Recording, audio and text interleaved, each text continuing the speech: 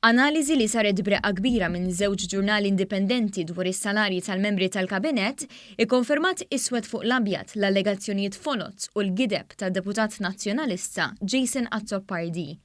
L-analiżi pubblikata fil-ġurnal Malta Today taħt it-titlu Salary Storm – Breakdown shows no rise in Minister's pay. Turi iswed fuq l-abjad li s-salarji tal-membri fil-kabinett tal-Prim Ministru Joseph Muscat lażdidu b'20,000 € u aktar mardupjawx kif ħareġ jallega deputat tal-Oppożizzjoni Jason Azzopardi. Fl-analiżi tagħhom il-ġurnalisti indipendenti taż-żewġ gazzetti daħlu fid-dettall tas-salarji li ħadu l-membri tal-kabinett bejn l-2008 u l-2019. Minna joħroġ ċar li waqt li s-segretarji parlamentari fil-kabinett tal-eks Prim Ministru Nazzjonalista Lorenz Gonzi, inkluż Jason Azzopardi, ħadu fl-2010 aktar minn 83,000 € fis-sena, is-sena li għaddiet is-segretarji parlamentari ħadu 22,000 € inqas. L-analiżi mibnija fuq 7 fatti tisħaq li għal kontrarju ta' dak li seħ fl-aħħar amministrazzjoni nazzjonalista meta minn wara dar kulħadd il-membri tal-Kabinett Nazzjonalista ħadu paga doppja, ħadd mill-membri fil-Kabinett ta' Muscat ma ħallu onorarja li jirċivu d-deputati parlamentari.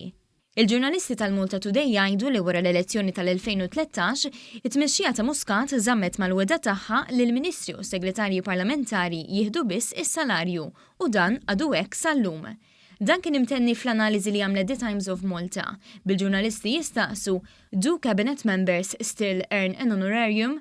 No, it was removed in March 2013 when Labour was elected to government.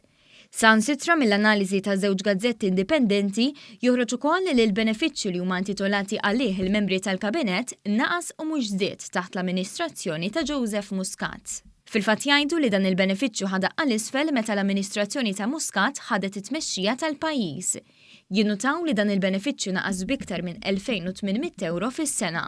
Fuq kollox jinnutaw li d-Deputat Nazzjonalista Jason Azzopardi affiġa bil-kbir meta ħareġ jallega b'mod żbaljat li s-salarji tal-membri tal-Kabinett irdupjaw għaliex fir-realtà dawn mhux talli ma żdiedux iżda naqsu b'aktar minn 22,000 €.